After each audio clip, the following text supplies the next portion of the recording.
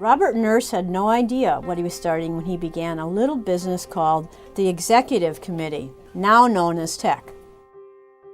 With hindsight, the idea was simple enough. Chief executive officers together in small groups for the purpose of networking and learning better ways of doing business.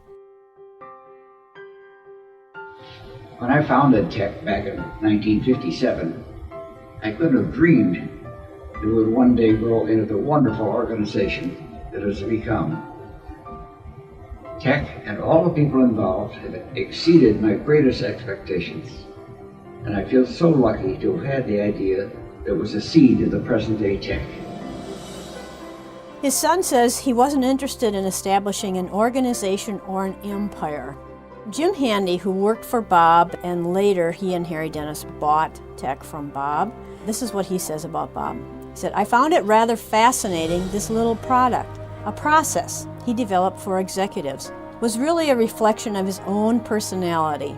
He was a very smart, very strong, very mature person. He was a humble guy in the best sense of the word." The informality, I think, was the most important part, that people sharing their true concerns and getting them to be relaxed enough to admit that they had problems. Nourse espoused values in business, things like honesty and treating people fairly. He lived the standard. He was the keeper of the standard. It was a cold and damp October day in 1957 when the first TEC group came together. Actually, there were 6 members present plus Bob. Bob sat at the head of the table. Ken Finley sat to his immediate right, Finley Adhesives.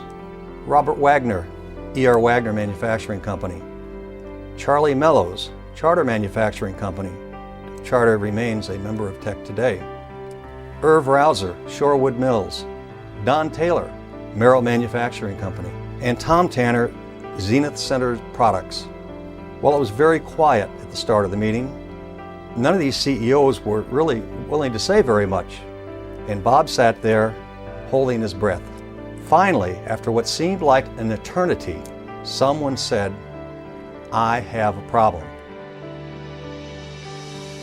In those days, we wore business suits in our sleep, so you can imagine how excited I was when halfway into our very first TEC meeting, all the members removed their jackets and ties, rolled up their sleeves, and said, "Now, let's get down to work." Bob kept notes on his one-on-ones with his members, used the old black book, and we have boxes of these black books from the early days of TEC. In fact, this is how it all began, right here. This is at a TEC company party, and this was so typical of Bob. He's kind of over by himself a little bit, having a beer, standing under the tree, kind of contemplating life. Of course, the other side, now he was married to Grace Nourse, who was a total live wire. I understand she embarrassed him all the time. She was quite the opposite of Bob. Later in life, he and Grace would spend their winters in Mexico, and that is where he wrote this history of the Nourse family. And in this is the story of TEC.